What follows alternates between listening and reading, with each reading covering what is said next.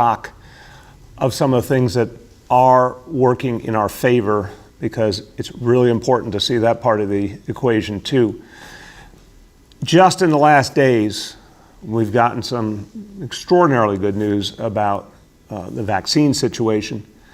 For the first time, we can certainly say with some confidence the vaccine's coming very soon.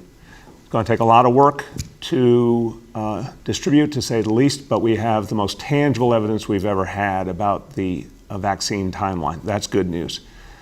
We're seeing some real progress in terms of the use of antibody medications that are helping to protect those who are most vulnerable and reduce the impact of COVID on them. These are big, tangible realities that really can change the trajectory. But in the meantime, we're dealing with a clear upsurge in the presence of this disease in this city. And the way to address that is the way we have done every time before, whether it was back in the spring when the whole city dealt with this extraordinary challenge out of nowhere, or even more recently in neighborhoods around Brooklyn and Queens, where we had a major uptick and people worked together to fight it back. That's what we have to do again now. Now, of course, in the last 24 hours, we've gotten new guidance from the state of New York, and I've talked about this with the governor in detail. We're working to ensure the city and state are always closely coordinating on these issues. So the new state rules include having bars and restaurants closed by 10 p.m. each evening, although takeout and delivery can go later. Gyms as well must close by 10 p.m. There's a limit on certain gatherings to 10 people, and these rules will be put in effect this coming Friday, tomorrow at 10 p.m. And of course, the city will work to enforce these new rules and all the existing rules effectively. Enforcement is a crucial part of the equation. The most important part of the equation is everyone being bought in and following through on these rules. So we need to take them to heart, because it's all about protecting all of us. And this is where New Yorkers have excelled, taking the approaches that have been put together by our public health leadership and putting them into action. That's why we had all those months when we were doing so well. These specific measures, they're the kind of things we know can make a huge difference. And now let's talk about the other decision we heard from the state yesterday, the decision to indicate certain parts of Staten Island as a yellow zone. Now again, this zone approach is something we've seen work in Brooklyn and Queens, work actually in a matter of weeks. That's really good news. We're dealing with a bigger challenge now, unquestionably. But we also have evidence that these focused approaches can work.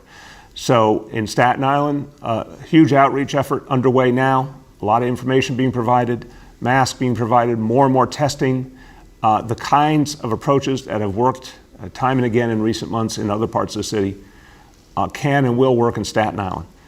We're going to need to work with all Staten Islanders, with leaders, clergy, organizations, everyone, to protect the people of that borough.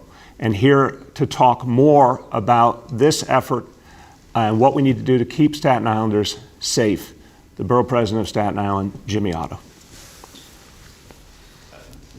Thank you, Mr. Mayor.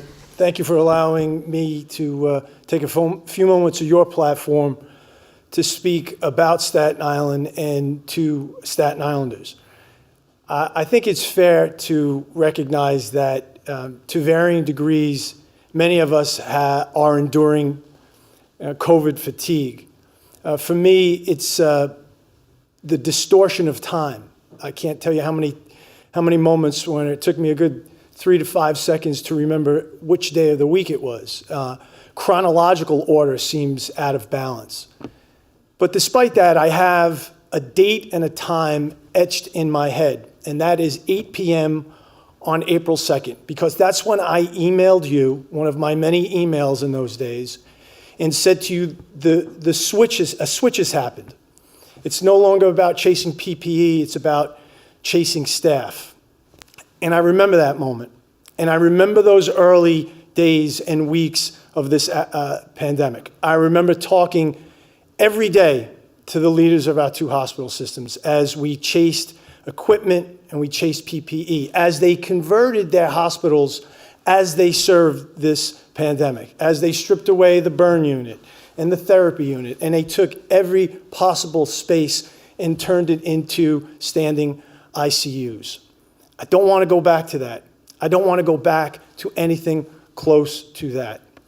And we can't allow some sort of warped, self-fulfilling prophecy that we resist controlling what we can control.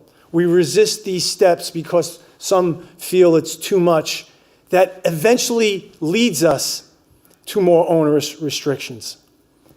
Control what we can control. Wear the mask. Keep at a safe distance. Be smart about social gatherings.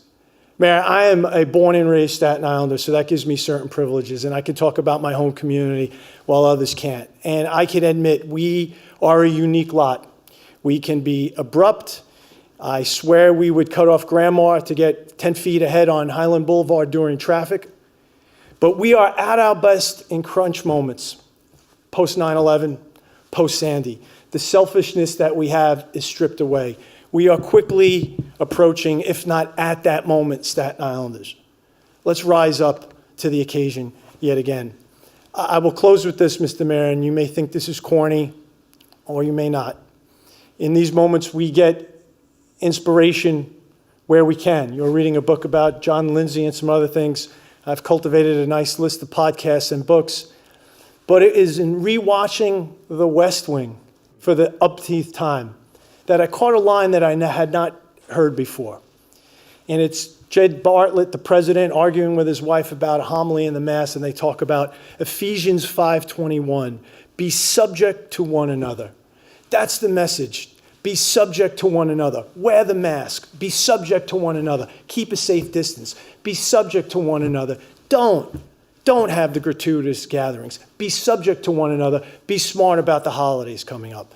That's the message that I have for Staten Islanders. It echoes yours. I appreciate you giving me the time to look into the camera and talk to my fellow Staten Islanders.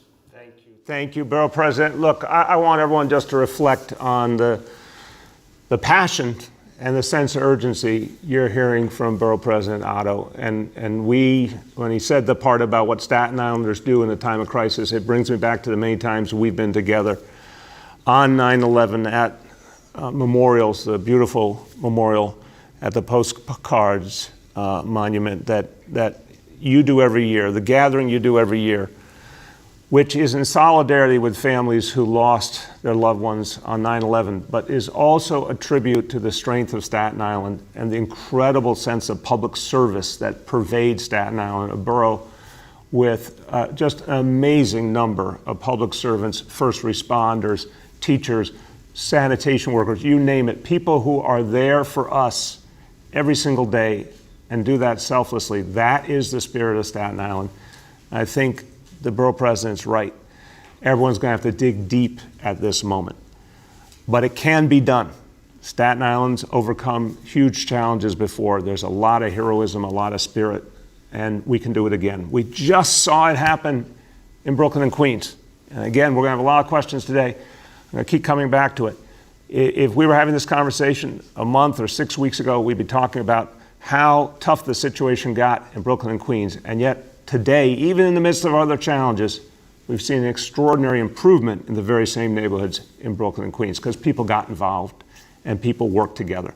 We're going to do that again on Staten Island. Thank you for your leadership, Borough President.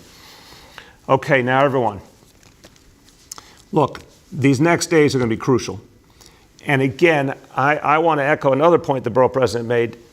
I don't want there ever to be an air of quote-unquote inevitability that takes away people's agency, it takes away people's ability to make an impact, that tells us we don't matter. In fact, everything you do does matter. Every single thing you do matters, because you can stop the disease from being transmitted by doing the right thing, or you can inadvertently transmit the disease by doing the wrong thing. So every single New Yorker matters. When we talk about that core four, these are the basic things that make such a huge difference. When we tell people go out and get tested, it's because it tells us what's going on and what we need to do and helps us protect everyone. So these approaches work, but this is a participatory reality. They work when people really own it. And this takes me to another topic that is absolutely more crucial than ever, which is what happens if someone tests positive. What happens to protect their family? What happens to make sure that if they were in contact with other people, we reach them? And then when we find the need to protect someone, to safely separate them from their family, make sure that they get what they need, we don't just leave them out there and say, good luck. We, in fact, engage even more. And here's a time where we're telling people how important it is not to travel. Really want to keep emphasizing that. We're urging people not to travel for the holidays. But we know some people have to, or some people will choose to despite the warnings. What you do thereafter when you come back becomes crucial. And following the rules that require you to quarantine unless you have gone through certain testing is crucial. All of this works when people know that they will be supported. If you have to stay home, there's going to be help available to you. If you need medical help, if you need support, if you even need another place to stay. This is going to be more important than ever in our effort to stop the spread of COVID. So here to talk about this, what we call our Take Care effort.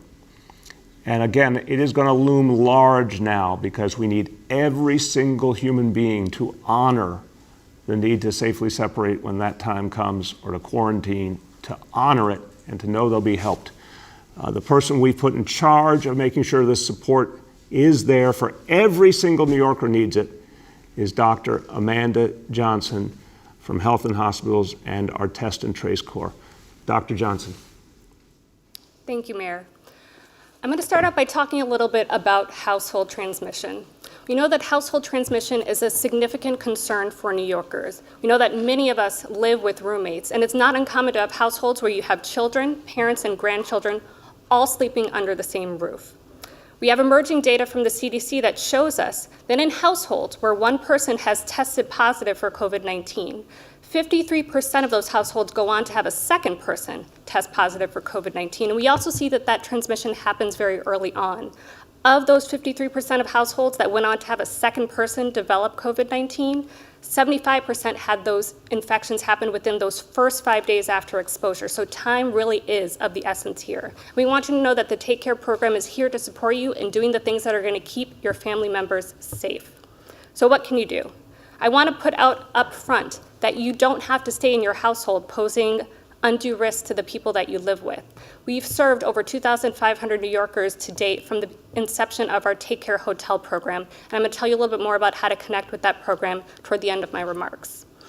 I also want to remind people that once you complete your interview, your first phone call with that contact tracer, we're going to ship you our Take Care package. I was here a couple of months ago and I shared with you the contents of that package, but just to recap, it includes personal protective equipment, it includes monitoring equipment such as thermometers, and if you are a COVID positive case, it includes a pulse oximeter, which is critically important for managing and watching your trajectory during your infection. It also includes cleaning supplies, hand sanitizer, and very recently, we started to include an at-home testing kit. If you are a contact household, you'll start seeing this in the Take Care packages that arrive on your doorstep. So why is this kit important? When you know your status, you're going to take the right steps to protect your household and your workplace, and you're going to reach out to us for help. And when you test, we have the information that we need to continue fighting the virus, to continue identifying where it's spreading so that we can break the chains of transmission. I'm going to take a moment to go over just how to use this testing kit. So you're going to get a box like this in your Take Care package, and it has a couple of items in it for you. On the day that you decide to complete your at-home testing kit, you're going to want to go online and create an account.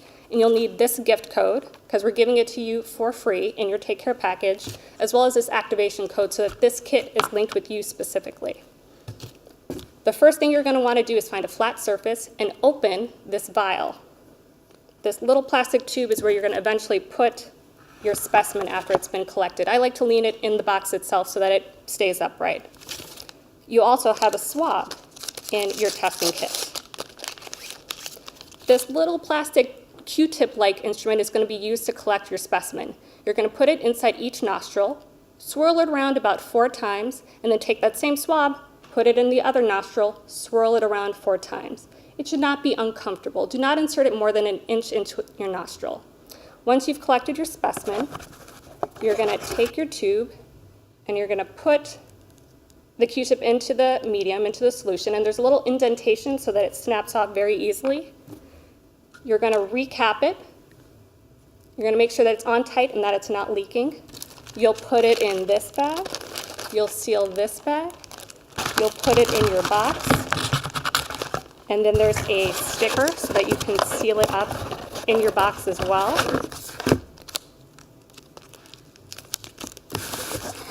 Once your box is sealed, you're going to put it in the prepaid mailing bag. And you're going to call the number that's included in the instructions in your Take Care package so that someone can pick it up for you and deliver it that same day. So test on a Monday, Tuesday, Wednesday, or Thursday because this needs to get to the lab on time so that your specimen can be processed appropriately. You should have your results within 48 hours. You get an email notification saying that your results have been imported into your account and they're visible for you to view online. But regardless of the result of the test, it's critically important that you stay in touch with your monitor. Your contact tracer is the only person who's going to be able to say for you when it's safe to exit isolation or quarantine. And regardless of whether you've tested, if you have symptoms, if you've been in close contact with someone who's tested positive for COVID-19 or has had symptoms that are consistent with COVID-19, don't wait.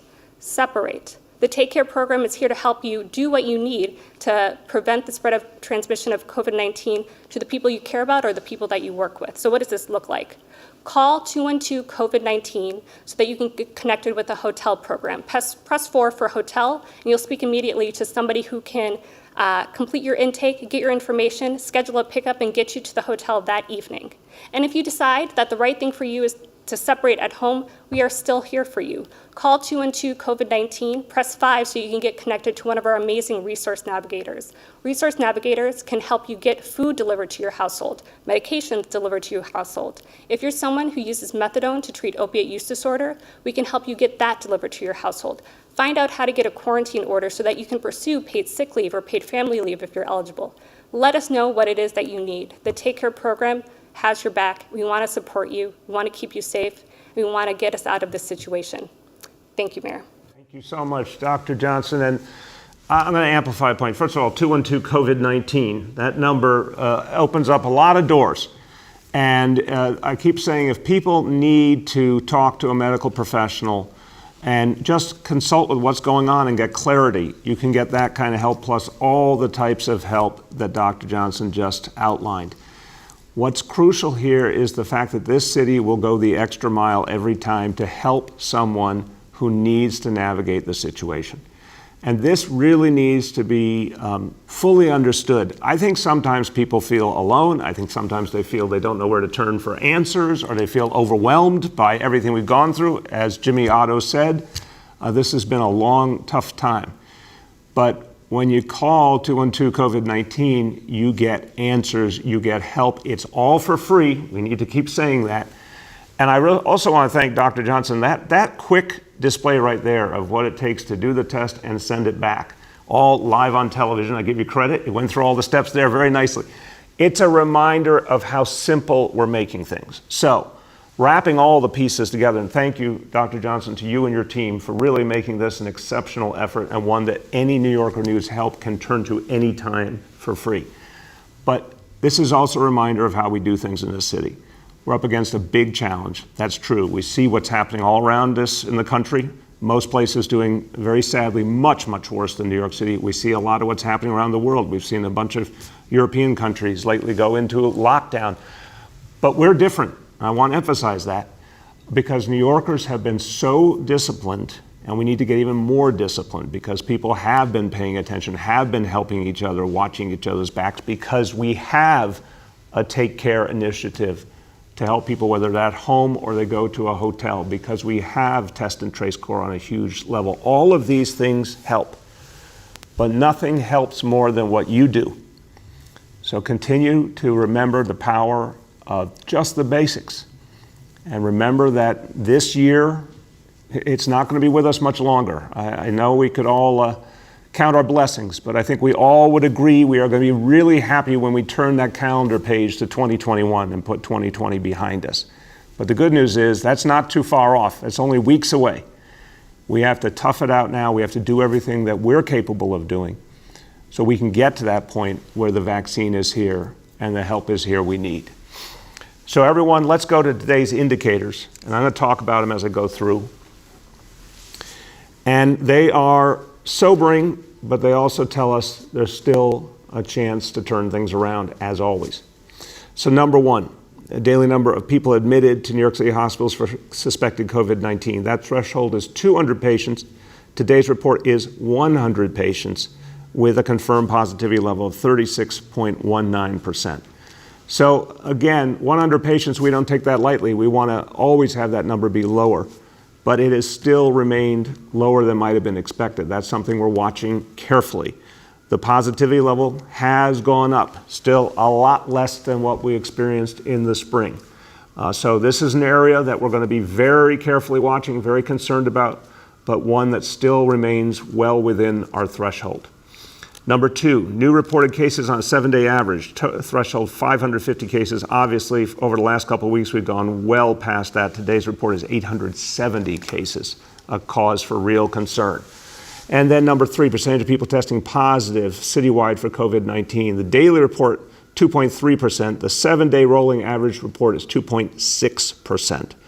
So again, we've seen growth there, but we have still a chance to turn this around before it starts to have more of an impact on our daily lives and on our city as a whole. And this is where each and every one of us have a role to play, including going out there and getting tested. And I'm going to keep saying it. If you haven't been tested in a while, get tested. If you've never been tested, get tested. Folks in Staten Island, particularly in that yellow zone set of neighborhoods, we need you to get tested. It makes a huge difference in our ability to fight back this disease. Few words in Spanish. Los próximos días y semanas van a ser críticos para nuestra ciudad. Esta pandemia no ha terminado y no debemos bajar la guardia ahora que enfrentamos una posible segunda ola. Juntos debemos hacer sacrificios para proteger a los nuestros y a nuestra ciudad. With that, let's turn to our colleagues in the media, and please let me know the name and outlet of each journalist. Good morning, all. We'll now begin our Q&A. As a reminder, we're joined today by Borough President Otto, by Dr. Ted Long, by Dr. Amanda Johnson, the director of the Take Care, by Dr. Dave Chokshi, by Dr. Mitchell Katz, and by Senior Advisor Dr. Jay Varma. The first question today goes to Bridget Bergen from WNYC. Good morning, Mr. Mayor. I want to start with a question about schools. In the past, you've said that when the city hits a 7-day average of 3% positivity, that's the trigger for a system-wide shutdown of schools. And as those daily indicators make clear, we're very close to that. Are you still planning to shut schools down citywide immediately upon crossing that threshold? Yes, Bridget, and it's something, look, no one wants to see that happen. I don't want to see that happen. And this is still, there's still a chance to turn that around, obviously. But we're preparing for that possibility. It's a rule we've put out there very clearly. And if any day we see in the morning the indicators come out and they've reached that level, then we will move immediately. The next day, schools will be shut down. But there's still a chance to do something to avert that, and that's why it's so urgent that everyone does what we're calling upon them to do to help protect our schools, which have been extraordinarily safe, thank God. Go ahead. Some experts have pointed to the lower transmission among younger students. Is there any chance you would consider, just keeping elementary schools open if you were to cross that threshold, or reconsider the number or make it more targeted? Or is this just sort of once we hit 3%, the system shuts down? Bridget, we've put out a clear standard. We're going to stick to that standard. But I think there's another piece to this equation that needs to be considered, which is what happens next. And we do have to factor in that we've had unbelievably low level of transmission in our schools. That's a great blessing, and everyone deserves a lot of credit. Educators and staff, the parents, the kids, everyone's done what we needed them to do. So if we get to a closure point, we're then going to assess what we need to do to come back as quickly as possible. And at that point, we'll look at a variety of options, because we have something now we didn't have before, evidence about how schools would actually end up being in this and how things would end up working in this environment. And so now we'll take that information, and that will determine, if we get to that point, it will determine the road back. The next is Emma Fitzsimmons from the New York Times. Hi, good morning, Mayor.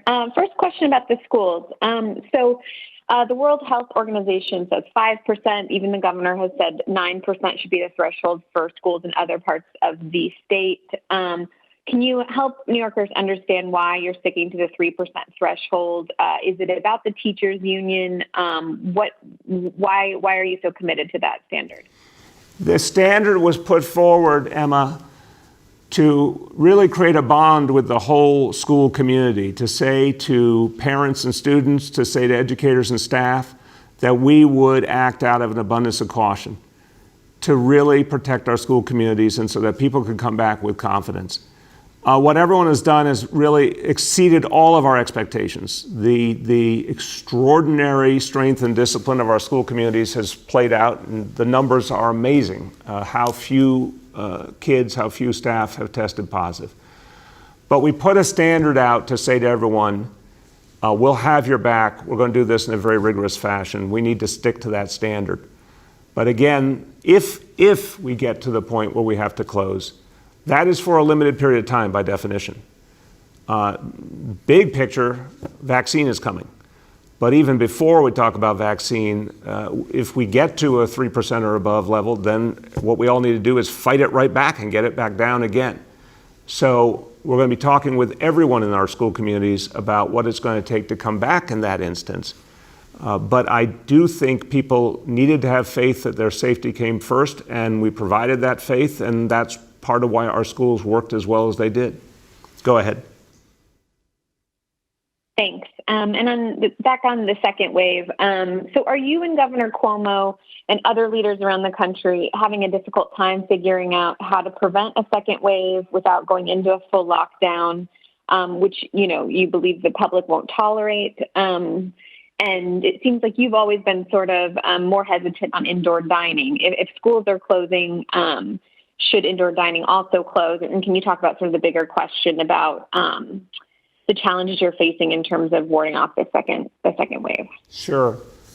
Everyone's having a tough time. I mean, it's a very fair question, Emma. Everyone's having a tough time. I spoke to the governor at length yesterday. I mean, we're all trying to figure out how to address a crisis that keeps changing and the obvious and legitimate fatigue that people are feeling. But that said, we also see the same pattern in this city, and this is different than a lot of other places. You could have seen a lot of places after what we went through in March and April, a lot of places just could have given up. New Yorkers fought back and were extraordinarily disciplined. Even the recent situation from Brooklyn and Queens, those numbers got very high in certain zip codes. There was a lot of angst. There was a lot of emotion about it, but you ultimately saw people band together. You saw the testing levels go way up. Folks were very disciplined about addressing the situation. That situation got turned around in basically a month. So as much as it is really tough, it doesn't mean we don't have options. And it doesn't mean people aren't listening. There's a lot of pain out there, but still most people, when their government leaders say, here's what we have to do, most people actually really do take that seriously and act on it as best they can. So, tough, yes, but we still have a lot of tools at our disposal. The indoor dining is something the state has to make that ultimate decision, obviously. It's an area I've always said we have to look at really, really carefully because of what we've seen around the world. So I know the state's assessing the situation. But what I want to do is focus now on what everyone could be doing, because whether there's indoor dining or not is not the central question. The central question is everyone doing the maximum we can all do to fight back this disease. When we do that, it works. When people go out and get tested, when people use, hand washing masks, you name it, it works. And that's where we need to get things. The next is Henry from Bloomberg. Hello, Mr. Mayor. How are you doing today? We're fighting on, Henry. How you doing? I'm hanging in there. Let me ask you a question about these test kits. Are they intended to permit someone to leave quarantine? When exactly are the test kits put in use for someone? I'll turn to Dr. Johnson with the preface that the whole idea, again, maximum communication, maximum guidance, getting people to engage, not ignore a problem, but engage it to the maximum extent possible. And so this is an innovation to actually get the test hits to people directly to give them the best way to get the response we need right away. Dr. Johnson. Thank you for your question, because I think this is something that merits clarification over and over again. Having a negative test for someone who's truly in a period of quarantine, that means you've been exposed, you've been a close contact of someone with COVID-19. A negative test does not permit you to exit quarantine. We still need to monitor you for that full 14 days to ensure that you don't go on to develop symptoms. And that's why being in touch with your contact tracer is so important. Now, I think a reason that this can get even more confusing is because we also use the term quarantine to talk about travelers. So for travelers, there is a different set of requirements for them to exit what is also being termed quarantine, and that does use a test-based strategy. But if you're a New Yorker who is engaging with one of our contact tracers through the Test and Trace Core, the negative test is an important piece of information, but it is not the whole picture, and it's not a free ticket to get out of the safe separation period that we are imploring New Yorkers to abide by. And I want to add to that real quick, Henry, that a close contact is a different piece of evidence than you just happen to be in another state. I think that's the central point here. The standard's even higher if you know you've been in close, not just incidental contact, close contact with someone who had already tested positive. That's why it's so important to have this level of engagement. Go ahead, Henry. All right. Well, I'm going to have to follow it up because I'm still unclear about what the circumstances are under which someone receives one of these test kits and uses the test kit. Who gets this test kit? When is it used? And why is it used? Okay, let's do it. Fair questions, and it's always good to clarify. So, Dr. Johnson, perfect. The who, what, why, where, when. So you'll see these test kits in a variety of situations. I came here to talk about the inclusion of this test kit in the Take Care package for households that contain a contact, so that they can have yet another way of getting a test, of having a COVID test to understand whether they're positive or negative. If they're positive, that's really important information to know because we want to go out and further trace their contacts. The conversion from being a contact to a case is a vital piece of information in our efforts to break these chains of transmission. You'll also start to see the Fulgent kits in other situations. You may have heard about our self-testing stands. So you'll see these in the community, and one of the advantages of having such kind of a light resource, light model is being able to extend access to testing for people who still might not be comfortable or able to attend one of our other many different types of testing venues. The next is Michael Gartland from the Daily News. Good morning, Mr. Mayor. How you doing? Hanging in, brother. How you doing? I'm all right. So a couple of questions on the levels here, and what we've been kind of talking about. So if we hit that 3% threshold, can you give us some more specifics? For instance, will there be some in-person support as far as schooling or something else for essential workers like we saw last spring? And, what is, talking about if we close and then getting to how we reopen, what would be the threshold there? What is the range of thresholds we're talking about in that situation? Yeah. So, look, the way we're handling the schools, again, we had a particular challenge to really make sure we could open schools safely. Remember, you look at a long list of major cities in this country that have not opened their schools at all, that have been remote the whole time. New York City made the bold choice to reopen our public schools. It's proven to be a huge success in terms of keeping people safe. But we set that very strict standard, really to give people confidence in the kinds of safety measures that would be in place. That is a different question than what's happening with the city overall. Because again, even though we're seeing an uptick, New York City is still doing far better than most parts of the United States of America, far better than what we're seeing, sadly, in a number of European countries right now. And we do see this difference in our three indicators between the hospitalization levels that still are lower and the case and positivity numbers that are higher. So that is to say that this situation with the schools is particular, and we do have to figure out how we're going to support essential workers in that situation. We'll come back with more on that quickly. But I want to emphasize this is for a period of time, and then our hope would be to make it a very brief period of time, Michael, that our schools would be shut down if in fact it ever happens. We're going to look at that now, what it would mean to come back. And this time we have a lot more information than we originally projected standards for what might require closure. Now we have a lot more information about what's actually happening in the schools, a lot of valid questions like what it might mean for younger kids versus older kids. We're going to work through and talk to all the stakeholders about what the comeback strategy would look like and how quickly we could achieve it. So that's something we'll have more to say on, and also on the essential worker approach. Go ahead, Michael. Thanks. My next question is for both you and the BEEP. Councilman Borelli tweeted yesterday evening, I believe, about basically flouting the Thanksgiving gathering situation. He was kind of a tongue-in-cheek tweet. I'm wondering, I'm imagining both of you are aware of this at this point. How do you react to that? This is an elected official basically putting out this example to the public, like, I'm not going to follow the rules that are being put out now regarding COVID.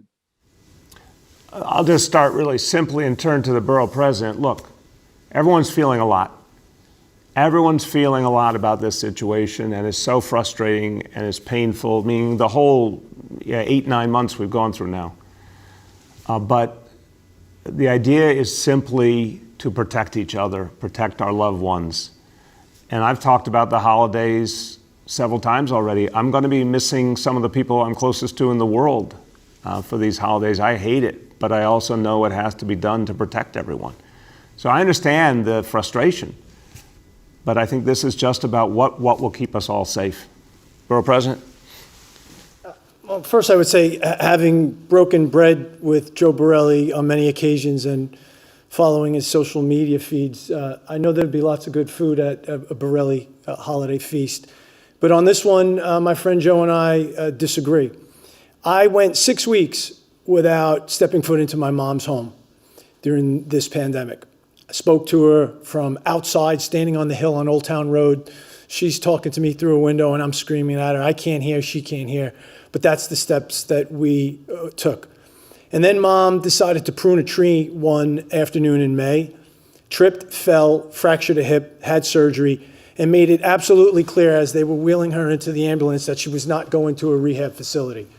So we had surgery and we brought her home. And I went from not stepping into my mom's house to becoming a primary caregiver along with my 3 brothers, going there multiple times a day, doing exercise.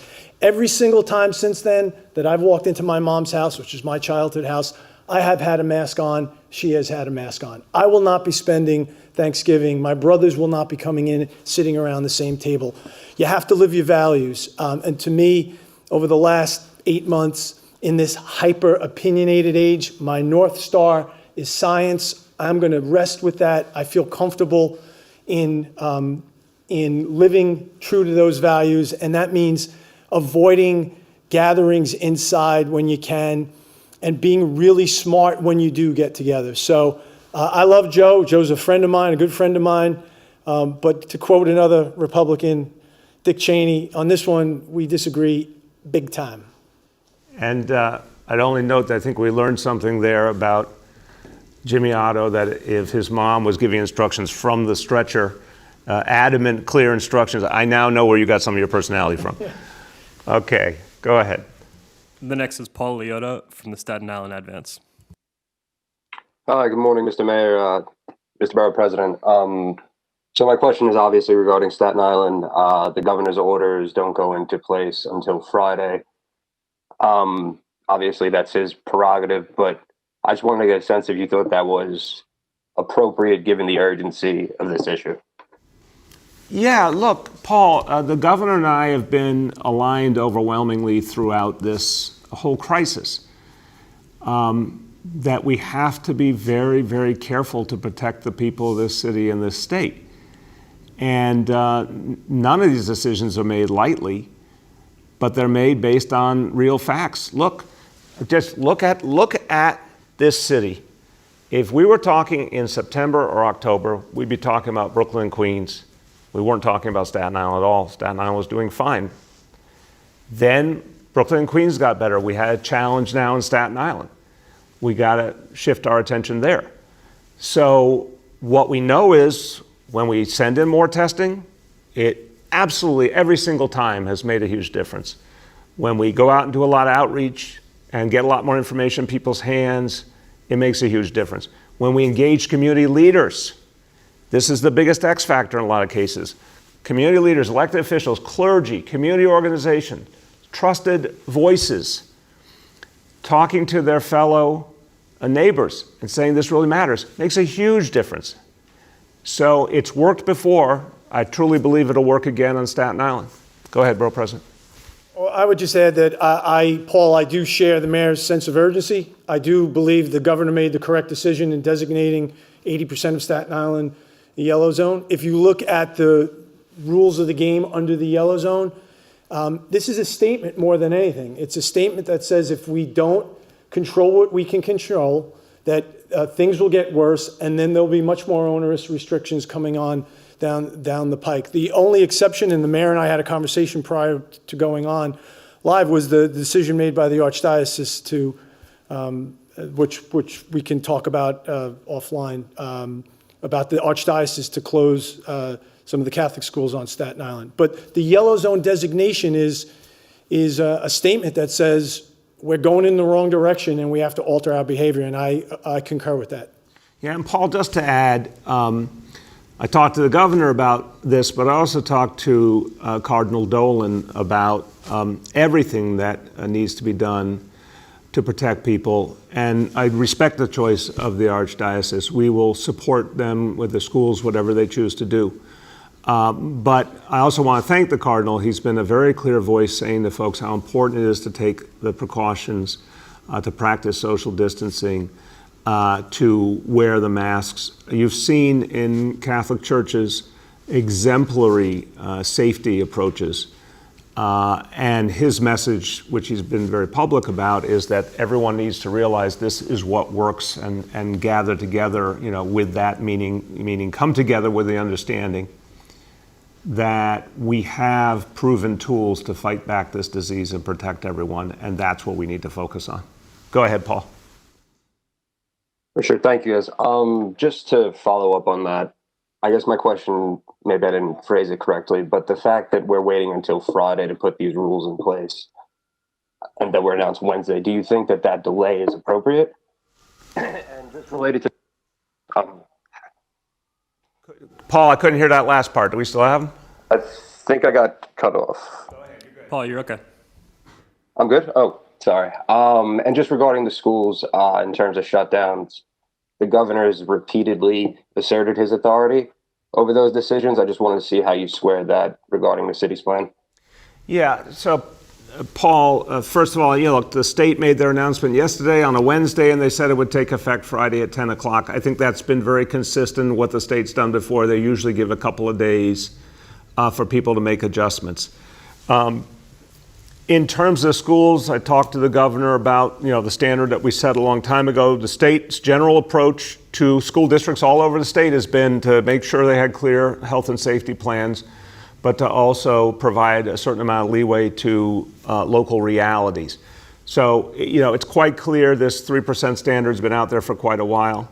Again, I think it's absolutely crucial to abide by it now, but then to also recognize that we need a strategy for comeback as quickly as possible if, in fact, we ever get to that shutdown point. And I think the state understands that, and they'll be working with us on that. The next is Andrew Siff from NBC. Good afternoon, Mr. Mayor, and all on the call. I know you've been addressing this so far today, Mayor, but I want to sort of press you on this. Have you reached out to Mike Mulgrew at the UFT and asked whether or not he'd be willing to move the threshold, given how safe the schools have been and how important you went on and on for weeks about the importance of in-person school? Given how safe they've turned out to be, why wouldn't you try to move the threshold before you close them down? Yeah, this isn't about one person or one organization, Andrew. I really want you to understand this. This is a standard we set that was about keeping faith with everyone in all school communities. So on the bigger question, I've been in touch with Michael constantly since school opened. We talk about, a whole host of issues. But this goes far beyond one institution because we said to everyone, we will keep you safe and we will hold very, very stringent standards. I've talked about that gold standard for the schools. That meant everyone wore a mask, students and adults alike all the time. And it meant social distancing, it meant constant cleaning, it meant all sorts of things in combination that, are far beyond what's done almost any place else in the world. And we had to prove to people it worked, and we have been able to do that. But we also said, if this situation changed in the city, we're going to have a very, very tough standard, and we're sticking to that standard. We're not there yet, thank God, and we don't have to be there. If everyone, joins in, I think we still can avert this. But if it does happen, then we're going to work quickly to bring the schools back, and that will be its own discussion about what those standards should be, especially in light of some of the success that we've had. Go ahead, Andrew. Timetable, if it should reach that threshold where schools might be closed for, say, December and January, in your mind, is there a target goal for when they could reopen? Yeah, I think this is the fastest possible turnaround. Families need schools open whenever they can be open, and kids need it, parents need it, and it's working. So our goal would be the fastest possible turnaround based on the facts that are going on in the city as a whole, and obviously what we've seen and what we've learned now from the actual experience of running the schools. So again, we are not there. Everyone's worried, everyone's preparing, but we're not there. Our schools are open today. We're going to maintain hope. If they do close, I want to see them come back at the first available opportunity, and we'll be having that conversation with a lot of different stakeholders and the health experts especially to figure out what's the right way to do that. We have time for two more for today. The next is Nolan Hicks from The Post. Good morning, everybody. I want to follow up Andrew's question. In Europe, most of the major cities are once again under lockdown, but public officials there have taken, precautions and great pride in keeping their public schools open in spite of that. Is there anything to be learned from their example? Why are we still looking at closing the schools at 3% if other major cities under lockdown have kept theirs open? It's a different reality in my mind. I can't speak for the European situation. I can speak to what we went through in this city and what we've seen in the rest of the country. So Nolan, we went through a horrible time. Obviously, we were the epicenter of the crisis. And you will remember there was so much concern over the summer about what it would take to bring back schools safely. And we strongly believed we could make it work. But until you do it, until you prove it, it's a different matter. So now we have proven it can be done. But that was when the positivity levels were much lower. We need to now figure out what makes sense going forward. But I think one thing that's crucial here is parents, educators, staff have all seen there's been a consistent standard in terms of health and safety. It's worked. We're sticking to what we committed to. But then we're also, if we get to that point, we're going to figure out what it takes to come back as quickly as possible. And I remind people the history of this city and even the recent situation in Brooklyn and Queens. Every time it looked dire in New York City, people rallied and fought back. Like, it's been an absolutely clear pattern, whether it was what we saw earlier in the summer in places like Sunset Park or Soundview, bigger problem in Brooklyn and Queens. Every single time that fight back occurs. So I hold out that real hope that even if we get to a shutdown moment, it's just how quickly we gather our forces and come back. Go ahead, Nolan. And on that point, obviously there's been the coronavirus has caused a great deal of disruption in everyone's life. A lot of parents who are trying to figure out what their kids are going to do for high school. We've been told that the high school admissions workshops have been canceled, at least so far. When are they going to be rescheduled? And if they're not, how are kids applying for high school this year? Yeah, Nolan, we obviously have to address all that. We will. To say the least, we've been dealing with a lot of moving targets because of the coronavirus and absolutely unprecedented situations. And our central focus for the last few months was getting school up and running safely and effectively and trying to make things work well in this new environment. But we've got to start to turn more and more focus to next year and therefore the admissions process. So we're going to have a lot more to say on that soon. We're going to make it clear to people, even under these conditions, how we keep going with it. So parents can rest assured they're going to get guidance on that very soon. Last question for today goes to Christina Vega from Chalkbeat. Hi, Mayor. Thanks so much for taking my question. I was hoping you could share more about how, if we get there, a shutdown would actually happen. Would remote learning start immediately the next day, or would teachers have time to transition? Are plans being shared with principals about how logistically this will work out? It seems like the last shutdown, understandably, was pretty abrupt, and so people are just wondering how logistically this would happen. Yeah, Christina, really important questions. Thank you. Well, remember, I want to put in perspective not only the last shutdown, which was a very painful situation, but we've said throughout that now as we go into the colder months, if we had what used to be called a snow day, the new version of a snow day would be the physical buildings would be closed, but online learning would be available to everyone, to every single child, whether they're blended or remote. So we're already in a situation where principals and teachers knew that we could teach every child remote at any point if we had to, literally the next day if we had to. Everyone is being alerted to prepare for something that might be obviously longer than a single snow day that might go on for days or weeks. So we're preparing that now. But the simple idea would be, if in the morning, any morning, we saw that we had unfortunately reached that 3% level on the 7-day rolling average or higher, that school day would be completed, the next day school would be shut down, and everything would go all remote. Go ahead. And what about for pre-K centers that are run by CBOs, private schools, independent schools, and also like state-run special education schools? Are they subject to the city's shutdown order, or can they continue to do what they think is best? Yeah, and again, we're not there yet, and let's pray we don't get there. But this is another good question, like some of the ones earlier about the essential workers. We have to figure out, now that unfortunately it's something that might happen, we have to figure out those standards. So we will get that guidance out right away. We do look at each situation differently. We're also particularly concerned about special education kids and the needs they have, which is even more important that some of that be in person. So Those are areas we're working on right now, and we'll be able to give you an update on that real soon.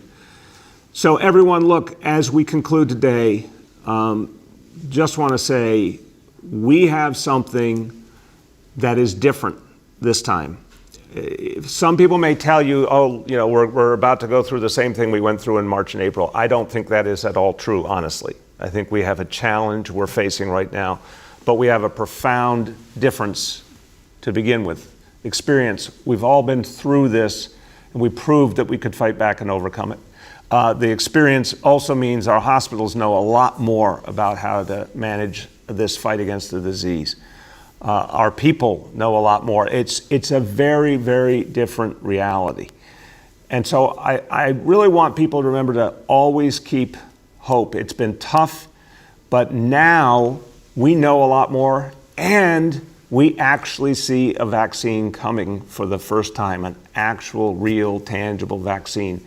We know that when that vaccine arrives, we'll be able to start distributing it right away.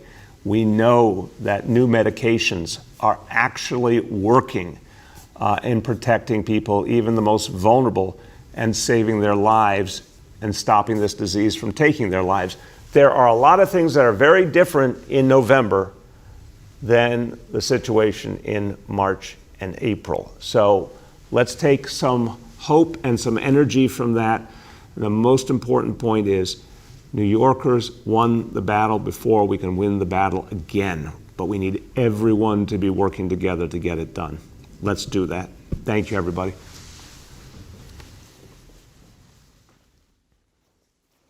Thank you, Tom.